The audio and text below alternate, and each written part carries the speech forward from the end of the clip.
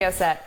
Guys, whether you can believe it or not, we have hockey back here in Bakersfield. After 10 months off the ice, the Bakersfield Condors returned home to open up training camp earlier this week, a very welcome sight from all. The American Hockey League initially suspended their season back in March and then canceled it altogether 2 months later.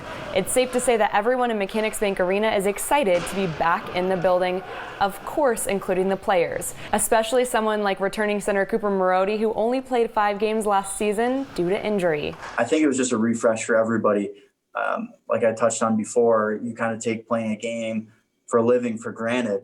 And I think all of us realize how much we missed hockey and how lucky we are to get going here. So we're just really excited, and I'm really excited to move forward and have a good confidence and a good fun year for all of us. Along with the new look defense and new faces between the pipes, the Condors also added Manitoba's leading goal scorer and point leader, Seth Griffith, who was added to the Oilers franchise in October and who has been eager to start building chemistry with his new team. I know they had success a few years ago, so it's nice to be here in Bakersfield, and there's a lot of older guys with experience. The young guys are hungry as well, so with a shortened season here, we gotta get going out the gate. But whatever happens with playoffs and stuff like that, we have a good team. We could do some damage. Your first chance of seeing the Condors in action will be this Sunday as they host the San Diego Gulls in a preseason matchup. As we wait for the Condors to break in their ice, across town, the CSB Hoops programs have been bringing the heat to their new conference. While the men still managed to keep a top 3 seat in the Big West standings, the women have been falling, especially after dropping 2 this weekend to UC Riverside. The men split their weekend against the Highlanders and now find some relief back on the blue court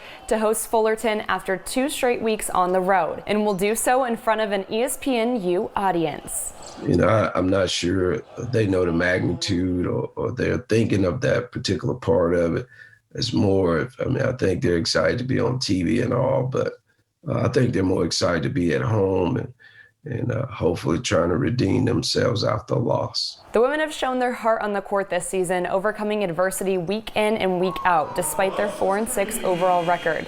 Losses this weekend snapped a 3-game losing streak for the Runners, but Coach Greg McCall says they haven't lost sight of their conference goals just yet. They're looking forward to playing again and getting that groove back, getting back to their winning ways. So the practice was pretty good, but it's definitely different than when you're winning. And so now they know what they have to do. They're focused in. The women start the weekend on Friday with their game against Fullerton at 5 on the road, while the men host. That tip-off is 8. In NFL news, this upcoming season, the Raiders will be without longtime tight end Jason Witten, who has made the decision to retire. He intends to sign a 1-day contract to retire as a member of the Dallas Cowboys for the second time after retiring first back in 2017.